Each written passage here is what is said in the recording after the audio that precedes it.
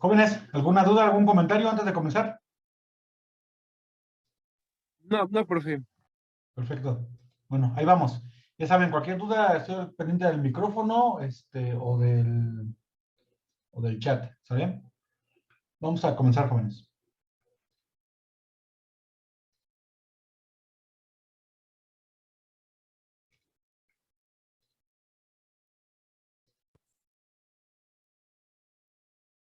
Capacitores en serie y en paralelo, corriente eléctrica, resistencia eléctrica, resistores en serie y en paralelo, reglas de Kirchhoff y algunos ejemplos.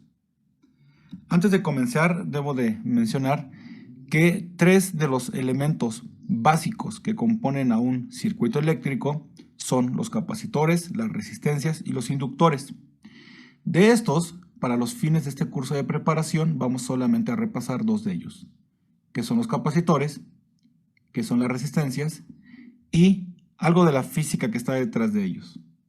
Entonces, comencemos con capacitores y capacitancia. Un capacitor es todo par de conductores separados, ya sea por el vacío o bien por algún material aislante, el cual posteriormente nos vamos a referir a él como el dieléctrico. Entonces, pues para comenzar, voy a tomar algún conductor en alguna forma arbitraria y me fijo en otro conductor. Entonces, un capacitor es un arreglo de conductores donde uno de los conductores posee una carga Q, otro de los conductores posee una carga menos Q, y pues si recordamos el video anterior donde hablamos del campo eléctrico, sabemos que va a haber líneas de campo eléctrico que van a salir, ¿verdad?, del capacitor con carga positiva y van a entrar en este caso al conductor con carga negativa. Es decir, recuerden que las cargas positivas son una fuente de campo eléctrico y podemos recordar a las cargas negativas como un sumidero o una coladera de campo eléctrico. Entonces, uno puede dibujar este dibujo y justamente pues esto que está aquí es un capacitor, es un arreglo de dos conductores cargados de esta forma, uno con carga Q, uno con carga menos Q, y bueno, pues sabemos que existe un campo eléctrico.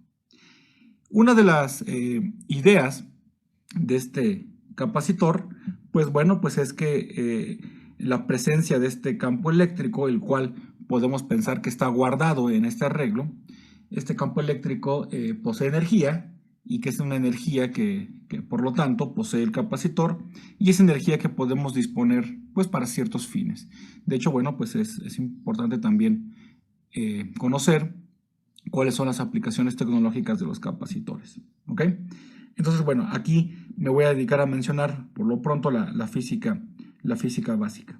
Muy bien. Y bueno, pues si tenemos este campo eléctrico, también es fácil conectar estas ideas con una diferencia de potencial eléctrico, el cual podemos utilizar de primeros principios para cargar eléctricamente estos dos conductores y así tener este llamado capacitor. ¿Ok? Entonces, esto es un capacitor. Cuando el capacitor está cargado, bueno, como ya lo mencioné, hay cargas de igual magnitud, pero signos opuestos en los dos conductores. Y el potencial, o mejor dicho, diferencia de potencial, el cual le llamo B a B, del conductor con carga positiva con respecto al que tiene la carga negativa es proporcional a Q. Es decir que sabemos, ¿no?, que esta diferencia de potencial va a ser proporcional a Q, y su constante de proporcionalidad es justamente lo que vamos a llamar como la capacitancia, ¿ok? Entonces, esta capacitancia es una propiedad del capacitor.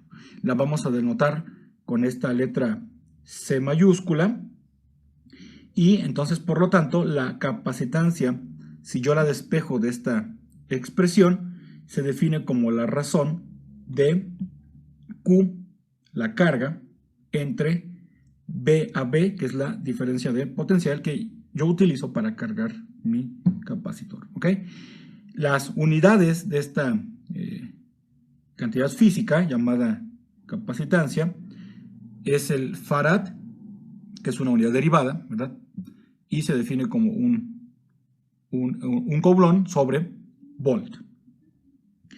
Y bueno, pues de todo el tipo de conductores con formas caprichosas, ¿verdad? De todo este conjunto de capacitores con formas caprichosas, hay uno muy útil, al menos para entender, analizar estos conceptos, que es el llamado capacitor de placas paralelas, el cual consiste, como su nombre lo indica, en tener dos placas conductoras paralelas. Cada una de estas placas tiene un área A, ¿verdad? Tiene un área A y van a estar separados por una distancia D minúscula, ¿ok? ¿Qué es lo que hay en medio? Bueno, aquí en medio podría haber vacío, o podría haber algún material, ¿ok? Ese material, como ya les comenté más adelante, es lo que vamos a llamarle un dieléctrico. Pero de entrada, vamos a suponer que están las dos de tal manera, configuradas de tal manera que en medio hay un vacío, ¿ok? O sea, cuando digo vacío, me refiero a que pues no hay, ni siquiera hay aire, ¿ok? Es un vacío. Bueno, en la vida real, pues digo, si hay aire, perdón, pues entonces sí hay un material. Y el aire tiene propiedades dieléctricas, etiquetadas por ciertas constantes que, bueno, mencionaré un poquito más adelante. Para el caso, ¿verdad? Para el caso en que las placas están separadas por el vacío, la capacitancia, en este caso la capacitancia, se puede demostrar que solamente depende del área de las placas y de la distancia entre ellas, en esta forma analítica. Epsilon 0, donde epsilon 0, como ya lo mencionamos en el video anterior, es la constante de permitividad eléctrica en el vacío. Eso es lo que significa este cerito que está aquí, significa vacío. Entonces la capacitancia depende de la permitividad, del área, ¿verdad? Es directamente proporcional al área e inversamente proporcional a la distancia entre las placas. Para otras geometrías habría que hacer los cálculos empleando este concepto, pero no es necesario para los fines de la preparación para ingresar a superior, ¿ok? Como ya lo mencioné, y bueno, y aquí me voy a fijar ya solamente en el capacitor de placas paralelas, como lo mencioné, para fijar ideas. Como ya lo mencioné, un capacitor almacena campo eléctrico, ¿ok? Almacena campo eléctrico. Y este campo eléctrico posee energía. Y esa energía, pues, es muy útil para aplicaciones tecnológicas. Entonces, por ejemplo, la energía que se requiere para cargar a un capacitor a una diferencia de potencial entre las placas, y que adquiere una carga Q, también es igual a la energía que almacena el capacitor. Energía almacenada y que puede disponer para ciertos fines, como cual, uno muy elemental, como por ejemplo para prender una lámpara. Ese puede ser un fin muy, muy, muy elemental, ¿no? Entonces, ¿para qué dispongo esa energía o para qué la quiero utilizar? Pues, por ejemplo, para generar una descarga y prender una lámpara de esas que tienen gas adentro, ¿ok? Entonces, esa energía se puede considerar como si residiera en el campo eléctrico entre los conductores, ¿ok? Entonces, piénsenlo así. Entonces, estos dos conductores, lo que hacen, cuando yo los cargo con una diferencia de potencial, lo que hacen es guardar campo eléctrico y a su vez, por lo tanto, guardan energía. ¿Perfecto? Muy bien. Y es importante cuantificar la cantidad de energía que guarda este capacitor, y resulta que es mucho más fácil pensar en la cantidad de energía por unidad de volumen. Entonces es fácil demostrar que esta cantidad de energía por unidad de volumen se encuentra que es 1/2 de epsilon 0, que es la constante de permitividad eléctrica en el vacío, multiplicada por la magnitud del campo eléctrico al cuadrado. Entonces, esto es cantidad de energía por unidad aquí le voy a poner energía para no confundir con la letra de campo eléctrico, por unidad de volumen, ¿sale? Entonces, esto es la densidad de energía.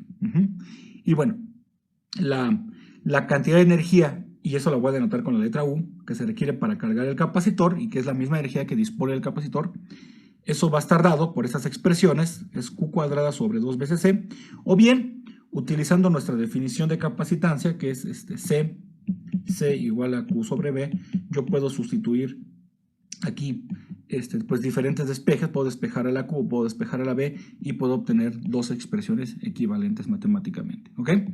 Entonces, yo puedo tener estas tres expresiones. Muy bien. Perfecto. Ahora, si entre las placas yo introduzco algún tipo de material, en particular me interesan aquellos que son dieléctricos, que tengan pues ciertas propiedades de poder ser polarizados, entonces resulta que eso va a cambiar la capacitancia, también va a cambiar el campo eléctrico y va a cambiar o a modificar también el potencial eléctrico. Por ejemplo, si yo me fijo en la capacitancia, pues la capacitancia con respecto a la capacitancia, si estuvieran en las placas estuvieran entre vacío, pues se modifica multiplicándolo por un factor K que se llama la constante dieléctrica. Y o bien, en términos de la permitividad en el vacío y de esta llamada constante eléctrica, yo puedo definir algo que se llama como la permitividad del dieléctrico, que es la épsilon. Por eso yo les mencionaba que este cerito que está aquí es muy importante, porque eso refiere al vacío. Y cuando no está el cero, bueno, pues entonces uno sobreentiende que entonces hay un dieléctrico y que esta épsilon está etiquetando justamente la presencia de este dieléctrico. Entonces, esta épsilon se llama permitividad del dieléctrico, ¿ok? Para una cantidad fija de carga en las placas del capacitor, es decir, si yo mantengo la cantidad de carga fija, resulta que las cargas inducidas en la superficie del dieléctrico disminuyen o hacen que disminuyan el campo eléctrico y la diferencia de potencial entre las placas en un mismo factor K, y por supuesto pues eso se puede demostrar, ¿ok? Eso se puede demostrar, es decir, otra vez, para una cantidad fija de carga en las placas del capacitor, las cargas inducidas en la superficie del dieléctrico disminuyen el campo eléctrico y la diferencia de potencial, ¿ok? Entonces, ¿eso por qué aparece? Eso aparece por lo siguiente. Yo podría pensar el dieléctrico como compuesto de algo que se llaman dipolos eléctricos, que son pues arreglos, ¿no?, que tienen un polo positivo, un polo negativo. Cuando yo le meto el campo eléctrico, ¿verdad? Cuando yo le meto el campo eléctrico, bueno, pues resulta que todos estos dipolos, cuando yo le meto el campo eléctrico, todos esos dipolos se orientan de acuerdo al campo eléctrico, y resulta que se orientan de la siguiente manera. Fíjense, si el campo eléctrico va de izquierda a derecha, entonces estos dipolos se van a orientar así. Aquí va a ser menos y aquí va a ser más. Entonces todos se van a orientar así. Menos, más, menos, más, menos, más. ¿Ok? Entonces, de este lado de la superficie voy a tener signos más, y por aquí voy a tener signos, perdón, lo dije mal, aquí voy a tener signos menos, y aquí voy a tener signos más del otro lado, por la orientación de los dipolos, menos, más, y por lo tanto, yo puedo sumar algebraicamente esta carga.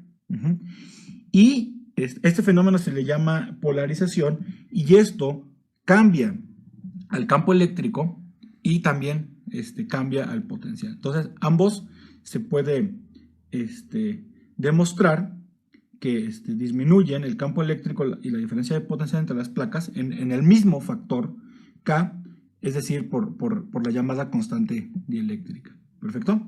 Entonces, bueno, ¿cómo se modifica la capacitancia en presencia de un dieléctrico? Como C igual a epsilon A sobre D. Eso es para un capacitor de placas paralelas en presencia de un dieléctrico. Cosa, es decir, ¿cuál es la diferencia? Que le quito el cerito y le dejo epsilon. ¿Cómo se modifica la energía, la densidad de energía por unidad de volumen? Igual, yo quito el epsilon 0 y lo sustituyo por la epsilon, por la permitividad del dieléctrico. ¿Perfecto? Entonces, bueno. Resulta como les mencioné, los capacitores son elementos básicos de un circuito eléctrico y resulta que la configuración geométrica que pueden adquirir ellos es tal que yo puedo clasificarlos en arreglos de tipo serie o tipo paralelo. Y eso es importante porque siempre que yo identifique, a veces no es muy obvio, ¿ok?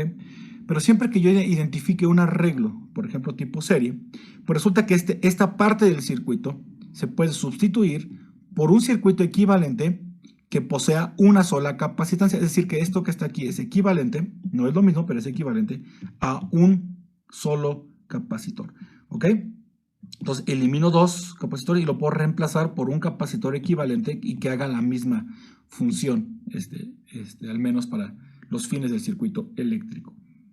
Lo mismo si tengo un circuito o un arreglo de capacitores en paralelo, yo puedo reemplazar estos dos capacitores por uno solo que se encuentre en por un solo capacitor que se encuentre así. ¿Ok? Bueno. Primero, bueno, y es importante mencionar que el símbolo de capacitor en un circuito eléctrico es así, ¿no? Ese es su símbolo, como dos placas paralelas, ¿no? Ese es su símbolo. Y no significa que el capacitor sea de placas paralelas, porque si tú desarmas un radio o desarmas lo que tú quieras, lo último que vas a ver son dos placas paralelas, no lo vas a ver. ¿Ok? De hecho, es más común observar cositas así como cilindros, ¿no?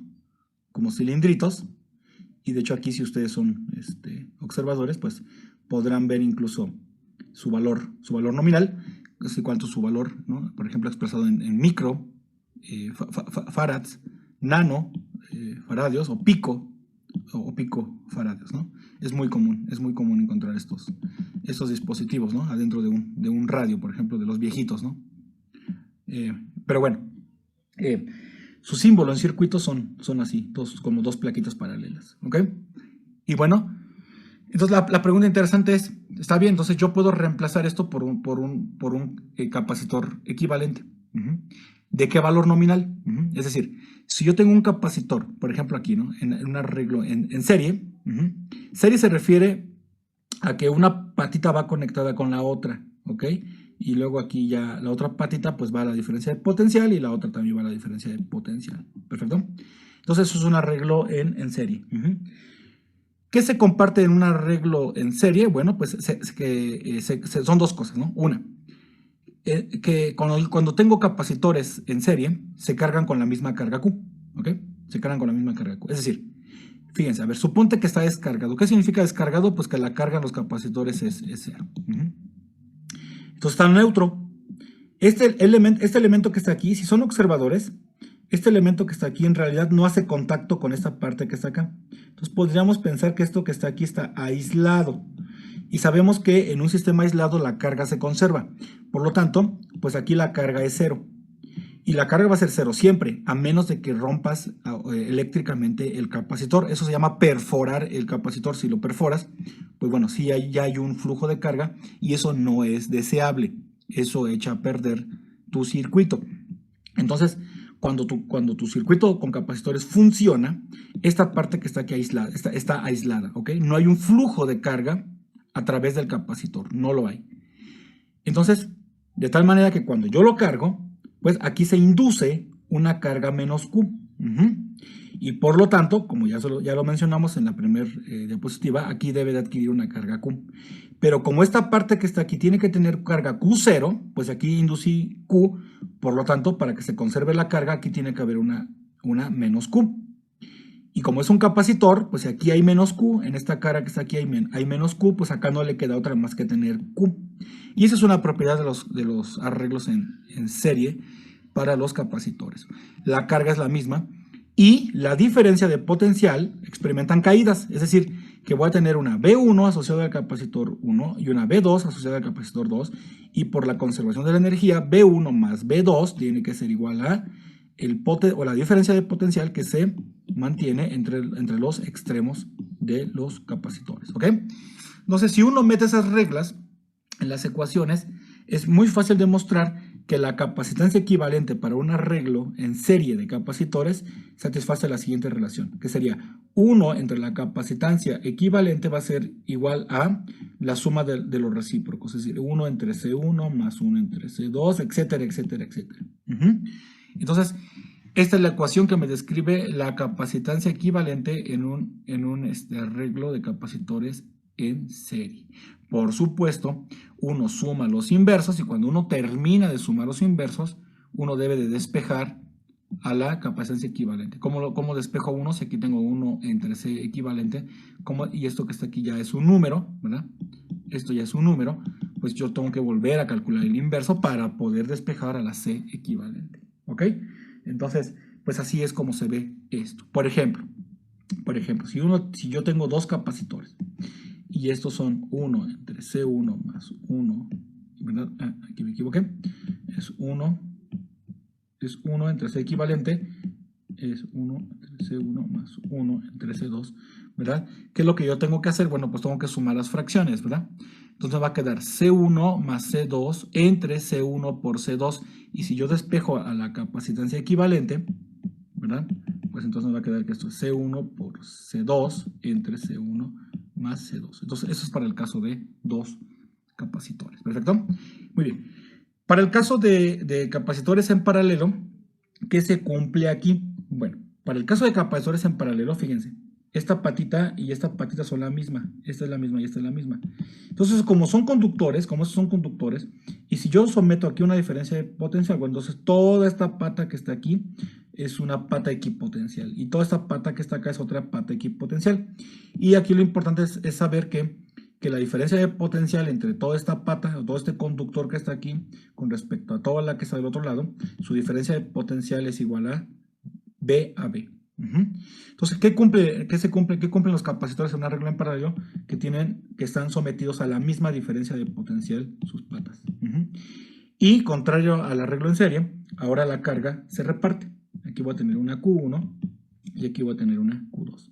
Y es fácil ver que para un arreglo en paralelo de capacitores, la capacitancia equivalente es la suma, pues es la suma normal, ¿no? Simple, ¿no? Es la suma. ¿Perfecto? Y así es como se ve el capacitor equivalente. Bueno, muy bien. Ahora, hasta aquí, bueno, las cargas al menos se mueven solamente cuando yo someto a la diferencia de potencial. Las cargas se mueven pues en un instante de tiempo muy pequeño, y luego ya se reacomodan las cargas y luego mantienen un estatus de equilibrio eléctrico. Es decir, no hay un flujo de carga neto a través del capacitor. Ya les dije, si eso pasara es porque se perfora el capacitor y eso significa que ya se echó a perder. ¿Ok?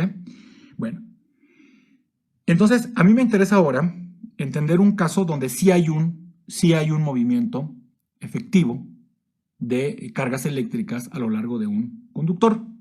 Y aquí, para aterrizar ideas, pensemos por conductor como un cilindro. O sea, si tú, por ejemplo, te fijas en cómo es la instalación de corriente eléctrica en tu casa, ¿no? La instalación eléctrica, pues tú descubres que son cables, ¿no? Y los cables, pues son cilindritos, ¿no? Entonces es natural pensar a la corriente como moviéndose en un cable cilíndrico, ¿ok? Digo, es más difícil hacer un cable cuadrado, ¿no? O en forma de estrellita. Digo, sí podría ser, ¿no? Sí podría ser. Pero pues no, o sea, lo más simple es tener un cable cilíndrico. Entonces yo puedo hablar del movimiento de las cargas a través de un cilindro. Un cilindro de longitud L y de sección transversal, ¿no? De área A. Esta sección transversal o esta área A está relacionado con el calibre del alambre. Tiene que ver con el calibre. Entonces, cuando tú vas a la tlapalería y pides, no sé, un alambre, ¿no? De calibre 16, etcétera, pues lo que estás diciendo es, en realidad lo que estás pidiendo es qué área tiene, ¿verdad? La sección transversal de tu alambre. Eso es lo que estás diciendo realmente. ¿Cuál es el área? Evidentemente esta área, bueno, pues tiene que ver, como lo vamos a ver más adelante, pues tiene que ver con el uso. ¿Ok? Tiene que ver con el uso de la instalación. ¿Ok? No es lo mismo un cableado para un teléfono, ¿no? Por ejemplo, para un radio, para una televisión, para una computadora, para una casa, ¿verdad? Que, por ejemplo, que el cableado que hay en una subestación eléctrica. O sea, no es lo mismo, ¿no? O el cableado que está en la red, en la red de energía, ¿no? Que está en la calle, ¿no? Digamos, ¿no? O sea, no es lo mismo. Muy bien. Entonces, bueno. La corriente eléctrica, la cual la vamos a denotar con una I mayúscula, o algunos libros le ponen I minúscula. La corriente eléctrica es la cantidad de carga que fluye a través de un área específica por unidad de tiempo. O sea, es cuánta carga se mueve, por ejemplo, por aquí, cuánta carga pasa por aquí por unidad de tiempo. Y eso es la corriente. En el sistema internacional, las unidades de corriente eléctrica son el ampere. De hecho, aquí debo de mencionar algo muy interesante. El ampere es una unidad fundamental, o básica, mejor dicho, del sistema internacional. Y de hecho, a través del ampere se define que es un coulomb, y no al revés. Es decir, primero se define que es un ampere, y con la definición de ampere, entonces uno puede definir que es un coulomb. ¿Ok? Entonces, un ampere es un coulomb, entre segundo, y la definición de coulomb, pues que es esto que es un ampere, o sea, un coulomb es un ampere por segundo, ¿ok? Multiplicado, ¿ok? Muy bien. La corriente I a través del área A depende o sea, ¿de qué depende la corriente, no? ¿De qué depende la corriente? Bueno, la corriente I a través de un área A depende de la concentración N y la carga Q de los portadores de carga, así como de la magnitud de la velocidad de estos portadores de carga. O sea, una pregunta interesante es, bueno, ¿y de qué depende la corriente? Bueno, pues la corriente depende de cuántos electrones, los electrones son los que se mueven en un conductor, ¿ok? O sea, son los electrones son los que se pueden mover. Entonces, ¿de qué va a depender la corriente? Pues de cuántos electrones estén dispuestos a moverse. Y eso depende mucho del material, ¿ok? Eso depende mucho del material. No es lo mismo la cantidad de electrones que están dispuestos a moverse, por ejemplo, en el cobre, por ejemplo, y comparado con el oro. Ambos son conductores. El oro es un mejor conductor, por ejemplo, que el cobre. Obviamente no podemos tener una instalación eléctrica de oro, ¿no? Eso sería muy carísimo. Pero sí la hay, bueno, de manera cotidiana en casa, ¿no? Pero sí hay instalaciones eléctricas que involucran oro, por ejemplo, en dispositivos experimentales, ¿no? Por ejemplo, en los aceleradores de partículas, y eso tiene que ver, pues, con experimentos que requieren una precisión muy grande, ¿ok? Entonces, sí podemos llegar a tener una instalación eléctrica. O dispositivos como detectores, ¿no? Detectores de estado sólido, etcétera, ¿no? Tipo de detectores que sí involucran componentes de oro, ¿verdad? Como conductores, ¿verdad? Muy bien. ¿De qué más depende? La corriente eléctrica? Bueno, pues también depende del área, ¿no? Piénsalo como un flujo de autos, ¿no? Por ejemplo, ¿no? Entre más carriles haya, bueno, pues el tráfico, ¿no? De autos es más grande, ¿no? O puede llegar a ser más grande. Y también depende de qué tan rápidos son los electrones, ¿no? Paradójicamente, los electrones, como ya les mencioné, que son los que se mueven en un conductor, ¿verdad? Bueno, pues son muy lentos, ¿no? Son muy lentos, ¿no? Un valor típico de velocidad de arrastre o velocidad de deriva, también se le llama así, velocidad de arrastre de los electrones o velocidad de deriva por esa D, son muy lentos. Por ejemplo, se mueven del orden de centímetros en una hora, ¿no? Para fines más o menos tradicionales. ¿Perfecto? Entonces, estas velocidades son pequeñas, digamos. O sea, uno camina más rápido que un electrón. ¿Perfecto? Y bueno, de eso depende la corriente. Por supuesto, ¿quiénes son los que se mueven? Pues son los electrones. Y si son los electrones, pues aquí es la carga del electrón.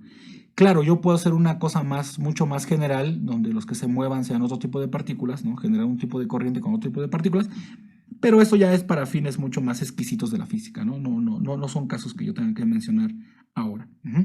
Bueno, noten que aquí tengo la corriente y aquí tengo el área. Bueno, pues otro concepto importante que se define en la física y que es muy importante más adelante es lo que se llama la densidad de corriente. La densidad de corriente, que se denota como J, y además se le da propiedades de vector, no es otra cosa más que la corriente eléctrica entre el área de la sección transversal del alambre y multiplicado, bueno, pues por algún vector unitario que recuerda la dirección de la corriente. Muy bien, y ahora hay que definir aquí cuál es la dirección de la corriente eléctrica. Muy bien, bueno, aquí les va. Como ya los dije, como ya les mencioné, los que se mueven en un conductor son los electrones. Los electrones son los que se mueven.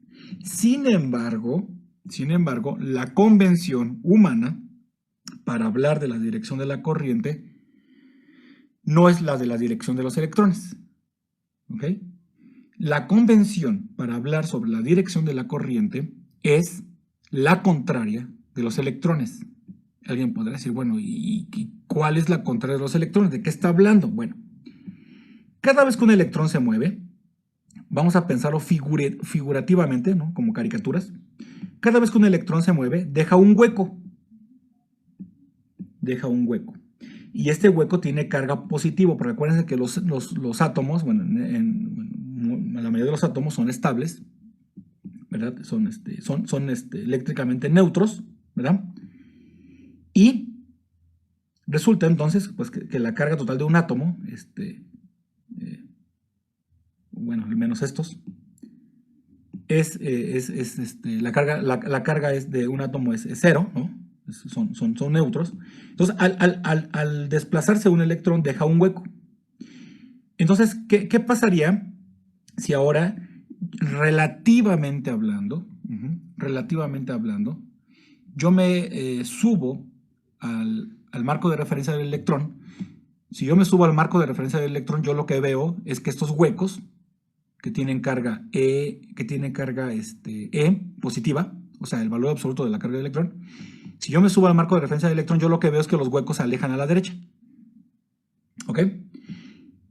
Y por lo tanto, bueno, pues, entonces, es una convención.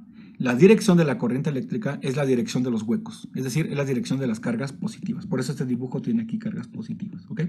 Es una convención, no se preocupen mucho por eso. Entonces, bueno, ¿cuál es la dirección de la corriente eléctrica? Es la contraria a la del movimiento de los electrones. ¿Perfecto? Esta ecuación que está aquí también me permite pues, calcular numéricamente cuánto es la velocidad de arrastre o la velocidad de deriva de un electrón. Todo lo que tengo que hacer es despejar a la D, ¿no? A la BD, perdón. Que sería algo así como I entre N, la carga de los electrones, por ejemplo. Y aquí es A. Y solo me falta explicar quién es N. ¿Ok? N es una densidad de electrones. ¿Cuántos electrones están dispuestos a moverse en un conductor por unidad de volumen? Eso es N, ¿sale? Eso es N, ¿ok? Es cuántos electrones están dispuestos a conducir electricidad por unidad de volumen. Eso es N. Eso es el número de electrones, ¿ok?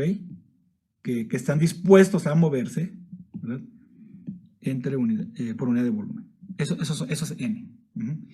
Y resulta que se puede calcular porque tiene que ver con la densidad del material, etcétera, etcétera. Bueno, muy bien. Bueno, pues resulta que esos electrones, cuando tengo buenos conductores, pues esos electrones pues son más o menos libres, ¿ok? Son más o menos libres de moverse como quieran. Pero esos electrones ya no son tan libres de moverse como uno pensaría, por ejemplo, en materiales como el vidrio, como la madera, etcétera, ¿verdad? Y hay una propiedad física que se acuerda de eso, se llama la resistividad. Entonces la resistividad, que se denota con la letra griega ρ, no confundir con densidad, ¿ok?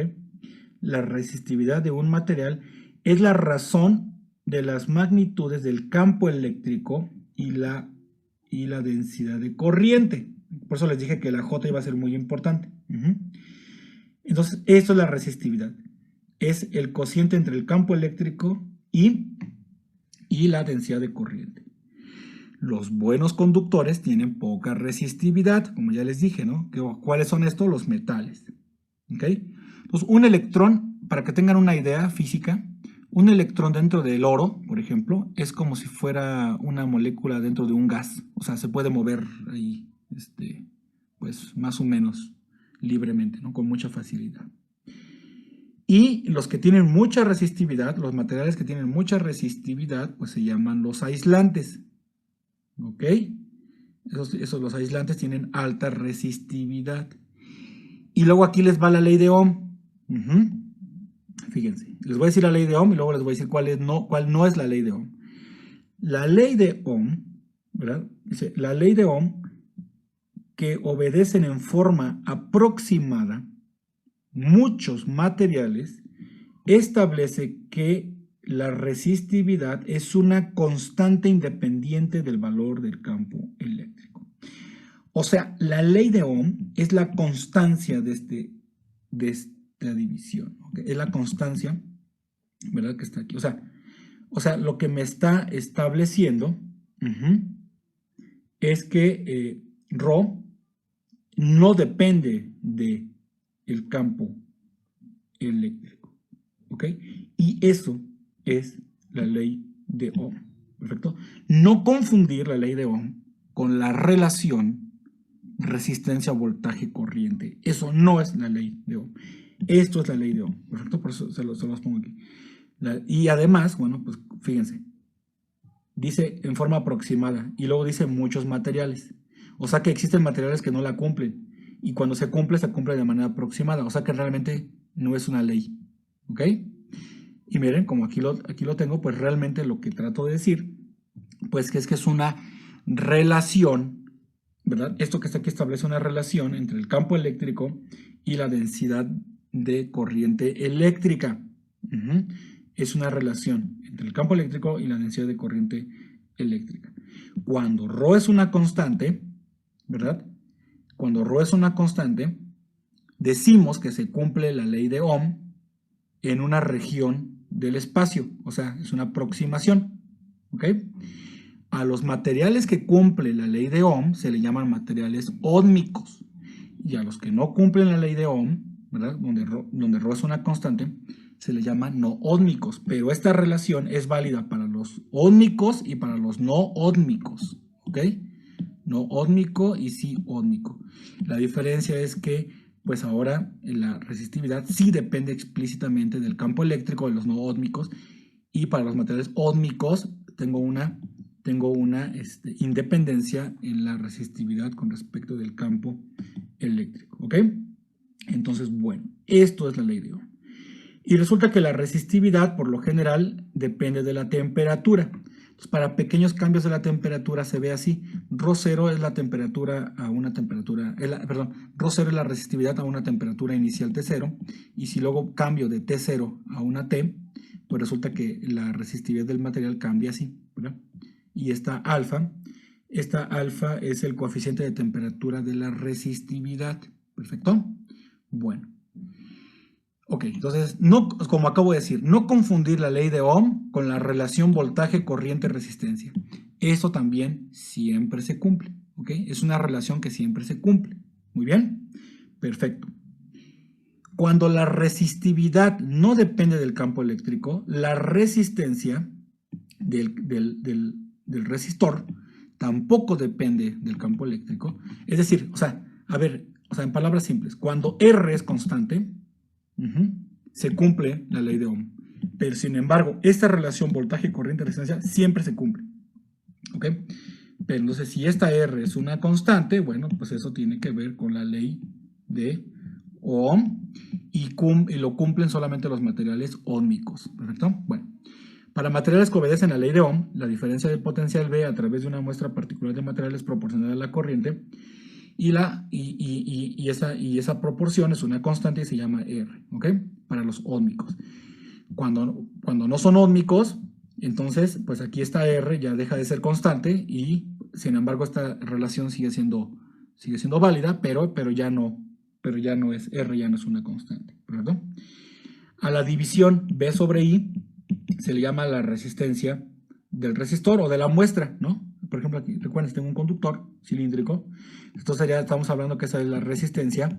Es la resistencia del sistema.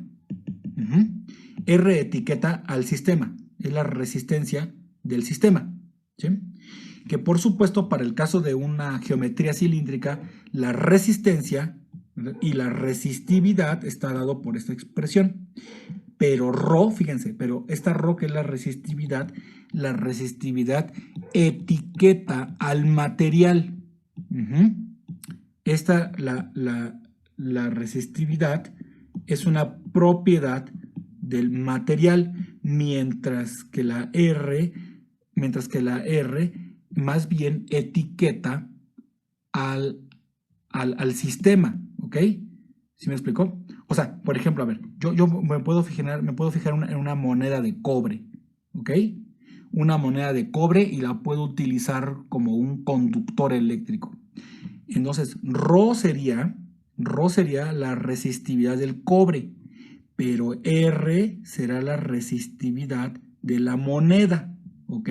Y esa es la diferencia. Espero que hayan entendido mi analogía para entender la diferencia entre resistividad y resistencia. Otra vez, la resistividad etiqueta al material, entonces sería la resistividad del cobre, pero R etiqueta al sistema. Entonces, R, que es la resistencia, sería la resistencia de la moneda, ¿ok? ¿Qué significa de la moneda? Pues significa, pues, cuánta área tiene, cuál es su espesor, etcétera. Mientras que la resistividad no le importa la geometría, solamente le importa el material, cobre, oro, etcétera. En el sistema internacional, las unidades de resistencia son el ohm, que por definición es un volt entre ampere, ¿ok?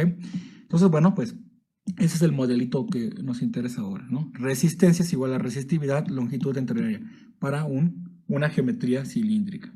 Muy bien. Bueno, resulta que en general, todo elemento de circuito que esté bajo una diferencia de potencial eléctrico y por el cual circule una corriente eléctrica, pues resulta que extrae o puede extraer o podría guardar energía. Y bueno, pues resulta que esta energía la puede uno calcular, ¿no? Y resulta que es mucho más eficiente, en vez de calcular la energía, calcular su potencia, es decir, cuánta energía por unidad de tiempo el elemento está introduciendo energía al circuito o extrayendo energía del circuito. Bueno, fíjense, para el caso en el que este elemento es una resistencia, la cual gráficamente la voy a denotar como este símbolo, siempre que yo tenga una resistencia, ¿verdad?, la energía, en vez de introducirse al sistema, la energía sale del sistema, ¿sale? Entonces, siempre sale la energía, o sea, un resistor siempre extrae energía eléctrica de un circuito. ¿Cómo extrae? Y esa energía la extrae en forma de calor, ¿verdad? Y bueno, pues ahí tienes la historia de todo lo que se calienta en nuestra vida cotidiana. Pones a cargar tu celular, vas y tocas el cargador, está caliente. Prendes un foco, vas y lo tocas, está caliente. ¿Ok? Entonces, la historia es que esos sistemas extraen energía y lo entregan hacia los alrededores o al medio ambiente. Y lo extrae además, ¿verdad? Si se trata de un resistor, por ejemplo, en un foco con filamento, me fijo en la resistencia del filamento, me fijo en la corriente o en el voltaje, y cualquiera de esas tres expresiones me dice cuánta energía por unidad de tiempo estoy entregando hacia los alrededores. También tenemos las llamadas arreglos, ¿verdad?, en serie y en paralelo. Solamente es hacer un recordatorio, ¿verdad? Fíjense, cuando tengo un arreglo de resistores en paralelo, ya sabemos cómo son, ¿verdad? ¿Cuál es su propiedad? Bueno, pues que todas las patas de los resistores se encuentran a la misma diferencia de potencial. Miren, todo esto que está aquí es uno mismo, es una misma pata, es un conductor, todo es una pata equipotencial. Y toda esta que está acá es otra pata equipotencial. Entonces, los tres resistores están a la misma diferencia de potencial. ¿Qué es lo que ocurre con la corriente? La corriente eléctrica se divide. Aquí hay un nodo. Aquí entra una corriente 1, y luego por acá entra una corriente 2, y luego por acá entra una corriente 3. Y en el nodo las corrientes que entran son igual a las que salen, conservación de la carga. Mientras que la diferencia de potencial, ¿verdad? En este caso, en arreglo en paralelo, todos tienen la misma diferencia de potencial. Y resulta que uno puede demostrar que la resistencia equivalente en un arreglo en paralelo está dado por esta expresión. Es decir, 1 entre R equivalente es igual a la suma de los recíprocos. Y no olvidemos despejar al final de sumar esto, despejar a R equivalente. Cuando tenemos resistores en serie, bueno, pues que cumplen ahora, que la corriente es la misma que pasa por todos y que ahora los potenciales experimentan caídas, ¿ok? Entonces aquí voy a tener una caída, un delta de B1, un delta de B2, un delta de B3 y la suma de todas esas caídas, pues por conservación de la energía es la caída entre todos ellos, ¿ok? Entonces se puede demostrar que la resistencia equivalente en un arreglo en serie es la suma nada más, ¿ok? Bueno, y bueno, ya he estado mencionando a lo largo de esta explicación las llamadas leyes de Kirchhoff.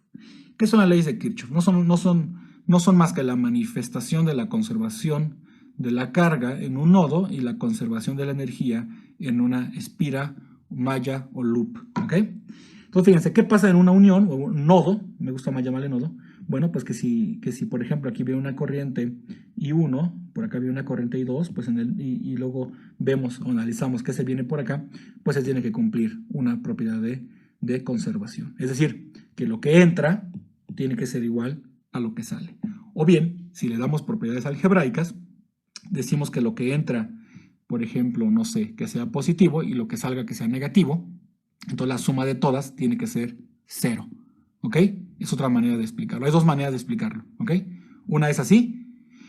Sumando todo lo que entra y todo lo que sale, la suma tiene que dar 0. Y la otra es que lo que entra es igual a lo que sale. Que es lo mismo que esta, pero haciendo el despeje de lo que entra o de lo que sale. Y la otra, esa es la ley de Kirchhoff de los nodos, o ley de nodos también se llama. El otro se llama la ley o regla, también se llama, de espiras, lazos, loops, ¿verdad? Que me dice que la suma de caídas de potencial en un lazo tiene que ser 0, ¿ok? Y bueno, pues eso también es por conservación de la energía, ¿perfecto? Bueno, por supuesto lo vamos a aplicar para los ejemplos. Funciona más esta imagen. Por ejemplo, esta es la convención, fíjense. Bien, yo puedo declarar como yo quiera esta dirección de la espira. Esa es una convención particular, ¿no? También yo puedo declarar como yo quiera el sentido de las corrientes, pero una vez que yo los declaro, tengo que asumir las consecuencias de los signos, ¿ok? Entonces yo puedo decir hacia dónde van las flechas, ¿no? Pero una vez que lo menciono, yo tengo que ser consistente en todo mi circuito y análisis. Y también yo puedo decir hacia dónde van los circuitos. Puedo decir que vayan así, ¿verdad? Por ejemplo, así como está que es es a favor de las manecillas del reloj, o bien puede ser en contra de las manecillas del reloj. ¿Perfecto? Bueno, si yo recorro, fíjense, yo aquí tengo una resistencia. La corriente va en esta dirección, esto yo lo dije. Si yo recorro la espira en esta dirección, cuando yo paso por una resistencia, eso involucra una caída de potencial. Y si la dirección de la espira y la dirección de la corriente coinciden, entonces ese cambio en el potencial es menos I por R. Pero si mi dirección en la cual yo recorro mi espira es contraria a la de la resistencia, o sea, es al revés, ¿no? Entonces aquí sería, en vez de ser una caída, bueno, es una subida, digamos, ¿no? Es un cambio positivo, sería más IR. Lo mismo aquí la espira. Si yo paso por una fuente de diferencia de potencial y yo la recorro de menos a más, entonces le pongo más. Eso sería una subida de potencial. Pero si yo la recorro del signo más al signo menos de la terminal, entonces eso sería una caída. ¿Perfecto? Y bueno, eso es todo. La bibliografía es el libro de John. Muy bien, jóvenes, ¿hasta aquí algún comentario, alguna duda? Este tema sí está un poco más pesado en contenido a comparación de lo de fuerzas, ¿no? Puntuales.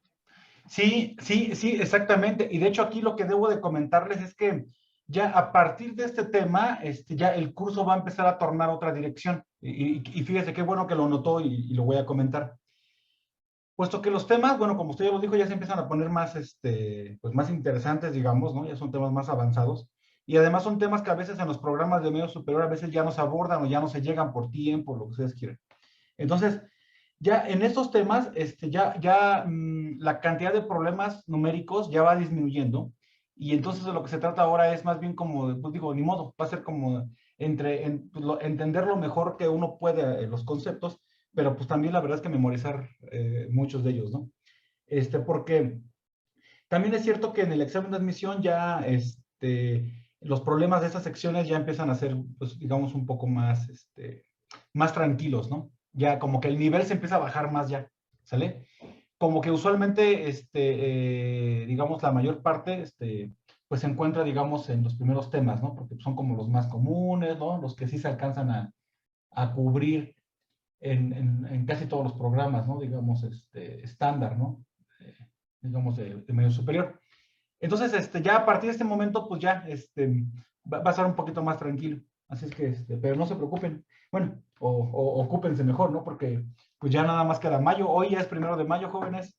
Entonces ya prácticamente, pues ya lo que salga este mes, en lo particular, en nosotros, más o menos haciendo cuentas, nos faltarían, 3 sábados más de material de este tipo. Y pues ya prácticamente, ¿no? Un sábado para ver dudas generales y se acabó, ¿sale? Pero bueno, ahí va, ahí va. No se estresen, ¿sale? Jóvenes, ¿más dudas, comentarios?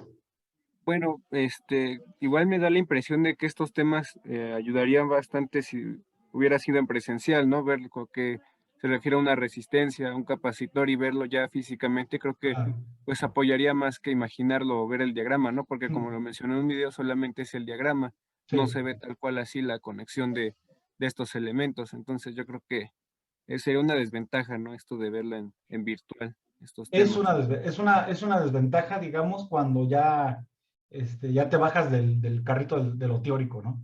Sí, estoy de acuerdo con usted. Estoy absolutamente de acuerdo con usted. Pero bueno, también hay que entender que esta situación, digo, por difícil que parezca, es pasajera, ¿no? Es pasajera y que pues en algún momento vamos a superar esto, y pues vamos a regresar, ¿no? Vamos a regresar a las actividades presenciales, privilegiando aquellas actividades que involucran este tipo de cosas, ¿no? Los laboratorios, los talleres, etcétera. Entonces, pues digo, la promesa, porque pues es todo lo que les puedo decir, ¿no? Todo se va a quedar por el momento en una promesa, es que pues en algún momento todo esto lo van a poder cubrir en un laboratorio, en un taller, ¿no? Entonces, pues, pero mientras tanto, bueno, pues nos podemos preparar dentro de lo que podemos, ¿no? Dentro de lo digital, dentro de lo, pues digamos, dentro de lo, pues estos materiales virtuales, ¿no? Para que cuando llegamos a lo teórico, pues ya también tengamos idea de qué es lo que estamos trabajando, porque también ocurre el fenómeno inverso, ¿no? Si yo les doy una resistencia y la tocan, pero pues tampoco saben qué es, ¿no? Qué es, cómo se calcula y para qué sirve, ¿no? Entonces, esa también es la otra cuestión. Entonces, yo digo que pues, hagamos lo que podamos hacer ahorita en esta virtualidad y estar preparados para cuando lleguemos a lo presencial, pues podamos tener un mejor desempeño, ¿no? En esa parte, ¿no? Pero sí, sí, es verdad, joven, estoy de acuerdo con usted. Jóvenes, ¿más comentarios? ¿Más comentarios? ¿Más dudas? No, profe, creo que ya por el momento ha quedado todo bien. Ok, bueno, fíjese, ya nada más también pues para hacerle pues un tanto aquí de mensaje, ¿no? También está el video de los ejemplos, Hay entonces véanlo, por circuitos favor, eléctricos. ¿no? Mi nombre es Pablo Paniagua López y vamos a Quedan 5 comenzar. minutos, vamos a ver un problema. Problema número 1. Cada placa de un capacitor de placas paralelas almacena una carga de magnitud 1 milicoulomb cuando una diferencia de potencial de 100 volts está aplicado. La capacitancia es... Ok, este problema es muy simple y solamente es para aplicar el concepto de capacitancia. La capacitancia se define como Q sobre delta V, y aquí debo de mencionar que a veces, y esto es válido, que tener una diferencia de potencial como una cantidad negativa, o que yo les dé la carga negativa, ¿verdad? de la placa de la placa del capacitor. En ese sentido, la capacitancia se define siempre como una cantidad mayor o igual que 0. Por esa razón, es importante mencionar que cuando alguna de las cantidades es negativa y este resultado te da pues una cantidad menor que 0, hay que ponerle barras de valor absoluto, ¿ok? La capacitancia es una cantidad física tal que es mayor o igual que 0. Entonces, bueno, pues en ese sentido, este problema no tiene ese problema con los signos porque la carga me dice que es un milicoulomb, que es 1 por esa a la menos 3, entre la diferencia de potencial, que son 100, ¿ok? Coulomb sobre volt son faradios, y farads, y esto que está aquí es 10 a la menos 3 entre 100, que es 1 por 10 a la menos 5 faradios, y puesto que la respuesta me la pide en micro, entonces 1 por 10 a la menos 5 faradios es lo mismo que 10 por 10 a la menos 6 faradios, que es lo mismo que 10 microfaradios, ¿ok? Entonces, bueno, pues la respuesta en este problema es el inciso B. Problema 2. ¿Cuál es la expresión para una capacitancia de un capacitor de placas paralelas con área A y separación D? Bueno, este pues también es un problema de cultura general, ¿verdad? Y solamente necesitamos recordar cuál es la expresión. Aquí vamos, como no me dice nada, voy a asumir yo que las placas paralelas se encuentran al vacío. Y bueno, pues en ese sentido la capacitancia sabemos que es epsilon 0, es directamente proporcional al área e inversamente proporcional a la distancia entre las placas. Y bueno, como lo mencioné, ese es un problema solamente de conocimiento general, ¿ok? Entonces la respuesta es el inciso C. Problema 3. Un capacitor de placas paralelas tiene un área de placa de 0.2 metros y una separación entre las placas de 0.1 milímetros. Si la carga en cada placa tiene una magnitud de 4 por 10 a la menos 6 coulombs, la diferencia de potencial entre las placas es aproximadamente... Ok, entonces bueno, pues primero hay que saber cuánto vale su capacitancia para este caso. En el problema anterior ya vimos que esto es epsilon 0 A sobre D, y también sabemos que la capacitancia es Q entre delta de B, fijándome en Q positiva y delta de B también positiva, ¿ok? Entonces, bueno, pues me piden despejar cuánto vale delta de B, ¿ok? La diferencia de potencial. Entonces, bueno, pues entonces C, esto vale epsilon 0 A sobre D, y si despejamos de aquí a delta de B, esto me va a quedar Q por D entre epsilon 0 por A. Y bueno, pues ese es un problema donde pues simplemente sustituimos cuánto vale cada cosa. Esto es 4 por 10 a la menos 6 coulombs. Muy bien, jóvenes. ¿Algún otro comentario? Ya estamos a 2 minutos de que termine la sesión del día de hoy. Antes de despedirnos, ¿alguien tiene algún comentario, alguna otra duda? Bueno, por mi parte no, nada más me quedaría ver este video de ejemplos y ya Sí, repasarlos, intentar hacerlos, ¿no? También antes de... exactamente. Sí, la ventaja de tener los videos es que pues pueden ver el enunciado, le pueden poner pausa, resolverlo ustedes y luego compararlo, ¿no? Y luego volver a regresar, y es un método de estudio, yo creo que funciona, ¿no? Ahora, pues sí, también aprovecho para recordarles que todos los materiales tienen el video de ejemplos, ¿vale? Entonces los ejemplos, los videos de ejemplos van a ser los fundamentales, digamos, ya a la hora de estudiar, pues ya a lo mejor lo último que quieren hacer es ver la teoría, o sea, estoy seguro, ¿no? Lo último que quieren hacer es ver la teoría. Pero entonces en ese sentido yo les recomendaría que fueran a los ejemplos, que vean si los pueden hacer, y que ya en un caso extremo pues se regresaran al video de teoría, ¿no? Pero yo creo que ya sea ahorita ya ya digamos por el mes que nos falta, bueno, que les falta a ustedes, ¿no? Para hacer el examen, yo diría que ya enfocarse en los videos de ejemplos, yo creo que sería la mejor estrategia, ¿no? Porque bueno, si ustedes recuerdan al principio de todo esto, les dije que física era pues uno de los temarios más difíciles, ¿no? Pues, es enorme, ¿no?